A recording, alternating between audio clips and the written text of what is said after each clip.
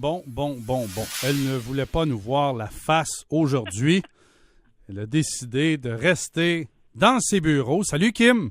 Allô, Mathieu! Pas nous autres, là. Oh, t'as-tu une petite grippe, toi, là? Eh bien, t'es-tu pas assez content que je suis restée ici au bureau, justement? Ah, c'est pour cette raison-là? Non, pas tout à fait. Mettons que mon bureau me garde occupé ces jours. Bon, c'est excellent, ça.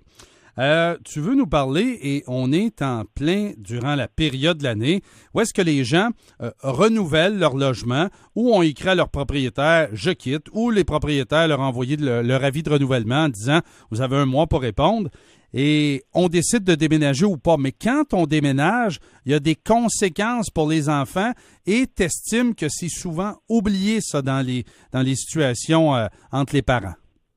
Bien, c'est effectivement quelque chose qu'il faut surveiller. Un parent qui décide de déménager ne peut pas nécessairement le faire simplement lorsque ils sont séparés du parent de l'enfant, même s'ils ont la garde.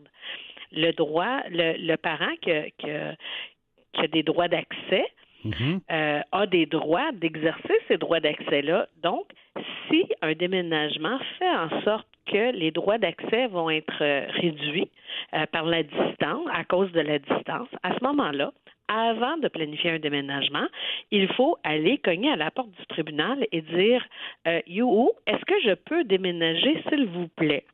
Ça, c'est très important de demander la permission au tribunal pour faire ce déménagement-là. Parce que sinon, on contrevient à une ordonnance.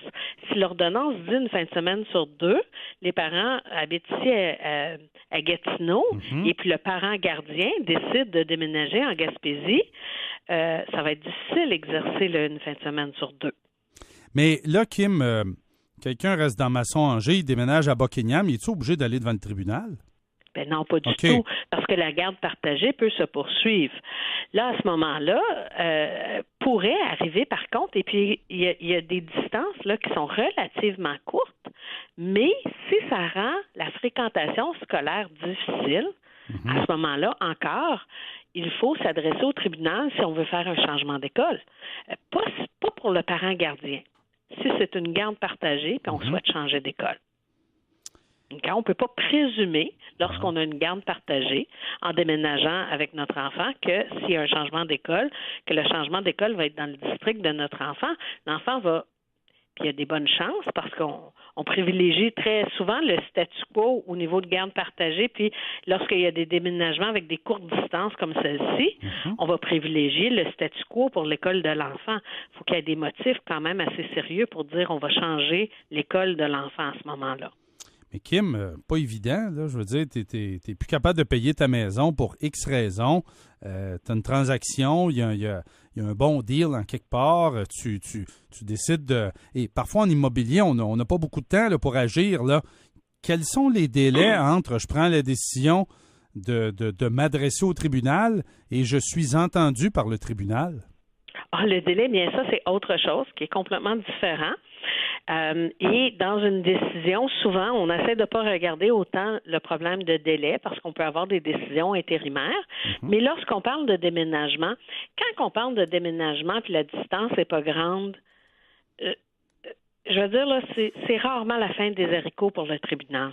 Okay. Le tribunal va vraiment tenter là, de dire, assez de trouver une solution. C'est quand le déménagement rend la garde partagée ou l'exercice des droits d'accès qui sont déjà établis impossible. C'est à ce moment-là que le tribunal va devoir analyser certains critères puis dire, OK, est-ce que ce déménagement-là, s'il y a lieu, on permet à l'enfant de partir ou est-ce qu'on fait un changement de garde? Puis un des critères que le tribunal ne peut pas regarder, c'est le motif du déménagement du parent gardien. Donc, si le parent dit, moi, je déménage pour un emploi ou moi, je déménage pour aller vivre avec mon nouveau conjoint, c'est pas supposé de faire la différence. Là où c'est supposé de faire la différence, c'est si c'est clairement établi que la raison du déménagement, c'est pour nuire au contact entre l'enfant et le parent qui n'a pas la garde. c'est à ce moment-là que le tribunal va dire, minute, là, ça, ce déménagement-là, il n'est pas pris pour la bonne raison. Mais sinon, puis la Cour d'appel va s'en mêler s'il juge que la Cour de première instance a mal évalué le critère du déménagement. Puis je vais te donner 2 exemples. Si dans un jugement, il y a eu dans un jugement, justement, là, où le juge a dit, bien, la raison pour le déménagement me semble être abstrait. Mhm. La Cour d'appel est venue dire non, ça, c'est pas un motif. Ça, on le retient pas. C'est une erreur lorsque le juge a écrit ça.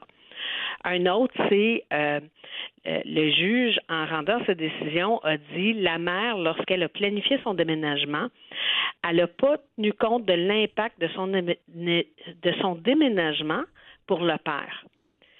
Dans des décisions de garde, il ne faut jamais regarder l'intérêt des parents. Parce que c'est pas ça qui compte. C'est l'intérêt des enfants. Et puis, dans ce cas ici, la Cour d'appel est venue le rappeler. C'est pas l'intérêt du père. Ce qui est important, puis ce qui compte vraiment, c'est l'intérêt de l'enfant. Donc, il faut regarder les critères par rapport à l'intérêt de l'enfant. Donc, tu as déjà vu ou tu as déjà lu des situations où est-ce que l'enfant était sous la garde principale de sa mère et tombait avec son père ou vice-versa. Ça se fait, ça, mais je reviens au satané délai. Tu sais, pour inscrire les enfants à l'école, il y a certains délais.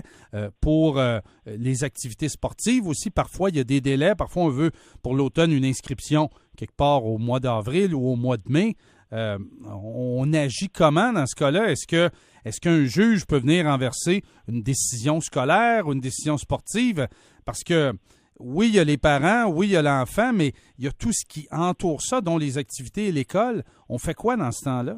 Bien, en principe, un enfant qui déménage va avoir sa place dans l'école de son quartier. Sinon, la commission scolaire a l'obligation de fournir le transport scolaire pour l'enfant, pour l'école la plus proche. Mais si la Donc, mère ça, le transfère... c'est un faux problème. Oui, mais si la mère le transfère, puis après ça, le tribunal revient avec une autre décision au mois d'octobre, par exemple? Il y aurait à ce moment-là un changement d'école. Puis encore, lorsqu'il y a des déménagements, les commissions scolaires ont l'obligation de faire une place pour l'enfant qui vient de déménager. Fait que ça, pour les tribunaux, ça peut être une raison pour dire, OK, ça peut être une raison pour le juge ou la juge coordonnatrice de dire, OK, je vais essayer de vous trouver une date de procès avant le mois de septembre, puis les juges le font, hein. Ah oui? On a des changements d'école, on a des décisions, ça arrive très souvent où on a des décisions au sujet du déménagement et un changement d'école potentiel. Et les juges sont très, très, très sympathiques à cette situation-là et tentent dans le plus grand dans les plus grandes possibilités d'accorder des dates pour justement des choix d'école avant le mois de septembre. Okay. Et puis, ils vont privilégier ces dossiers-là à d'autres dossiers au mois de août. D'ailleurs, on a souvent là, des décisions où, si jamais il y a des refoulements, parce que ça n'arrive pas souvent, les refoulements à la cour d'encombrement du rôle, mais s'il y en a, on va privilégier ce qu'on juge qui est important, qui est urgent. Un changement d'école, c'est considéré urgent pour les tribunaux. Fait qu'on va être entendu plus rapidement à cause de ça. Quel est le pourcentage de situations de changement d'école ou de déménagement plutôt qui se retrouvent devant les tribunaux? Est-ce qu'on est dans les 5 à 10 ou on monte davantage? Ça, là, j'ai jamais entendu qu'on avait des pourcentages. J'ai pas lu. Non, mais selon ton expérience, à peu près, là, c'est un cas sur 10? Là, l'été, au mois de juin, juillet, août, on discute changement d'école beaucoup. Et au mois de août, ça se voit que les tribunaux vont réserver une journée en particulier pour dire, OK, cette journée-là, cette cour de pratique-là, si vous n'avez pas des changements d'école, là, si vous n'avez pas des aspects qui sont absolument urgents par rapport à l'école, on peut-tu, s'il vous plaît, vous entendre dans 2 semaines? Parce que là, on va essayer de traiter là, ce qui est urgent, ce qui est le changement d'école. Par contre, nous, on est habitués, là, les avocats, et puis on en parle à nos clients à partir du mois de janvier, c'est une question de changement d'école. On peut-tu avoir une date rapprochée? On va mettre le dossier en ordre tout de suite pour avoir une date. Donc, les avocats, surtout les avocats d'expérience, vont faire des gros efforts pour justement qu'on ne se retrouve pas au mois d'août, à la toute dernière seconde, là, à demander au juge de prendre des décisions de façon urgente, basées sur des affidavits, au lieu de sur le témoignage réel des parents. Excellent, Kim. Je te souhaite une bonne semaine. C'est tout le temps qu'on a. Bon, bien, merci. J'aurais continué bien longtemps. Ça m'aurait fait plaisir. À la prochaine. Merci, bye. Kim Baudouin, avocate en droit de la famille. Hey, je vous retrouve demain. Demain, dès midi à Solide comme le Rock. Rock est absent pour toute la semaine. Il va bien se guérir et il sera en forme dès lundi prochain.